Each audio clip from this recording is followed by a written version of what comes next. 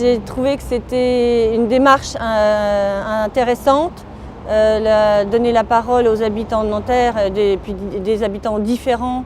Ça permettait d'avoir, aux élus d'être confrontés à la réalité, de se remettre en question, de s'enrichir et d'avancer. J'ai trouvé que c'était un très bon atelier, une très bonne initiative de la ville de Nanterre, de pouvoir donner la parole aux jeunes.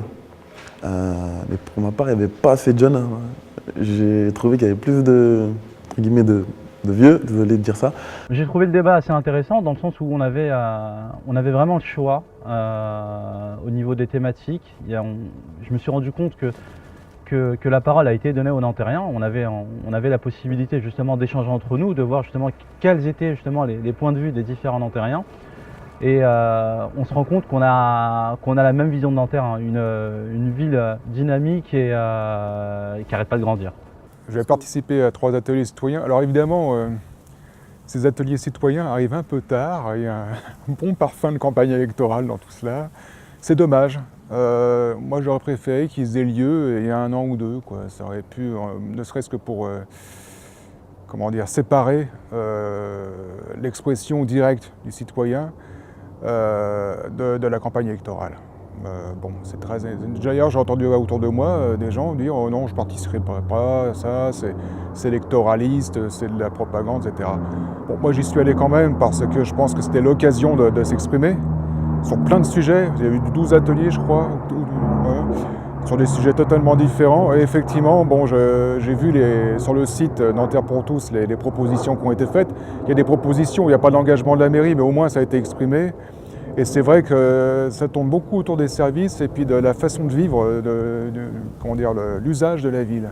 Au début, tout ce qui était politique, nous on ne connaissait pas trop avec nos amis. C'était vraiment, la politique, c'était vraiment les élections présidentielles. Ce qu'on voyait au début, et après, une fois qu'on avait voté, on ne voyait vraiment pas trop notre président.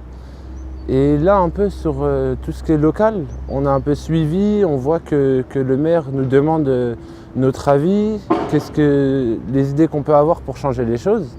Il a demandé ça vraiment à beaucoup d'habitants du quartier, et ce qui est bien, c'est qu'il prend tous ces avis en compte pour après essayer de faire un meilleur Nanterre. Au début, c'était un peu dur, il fallait accrocher. Mais une fois qu'on est rentré dans le sujet, qu'on prend un petit peu goût, ça va, on est bien attiré, on aime bien. Alors déjà d'avoir des espaces en fait de discussion et de dialogue entre toutes les personnes concernées par l'éducation des jeunes à Nanterre, pour nous c'est très important.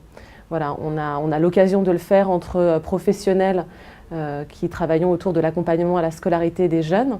Mais là, le fait que ce soit une instance et un espace de dialogue aussi avec des jeunes eux-mêmes et des parents, on pense que c'est très utile.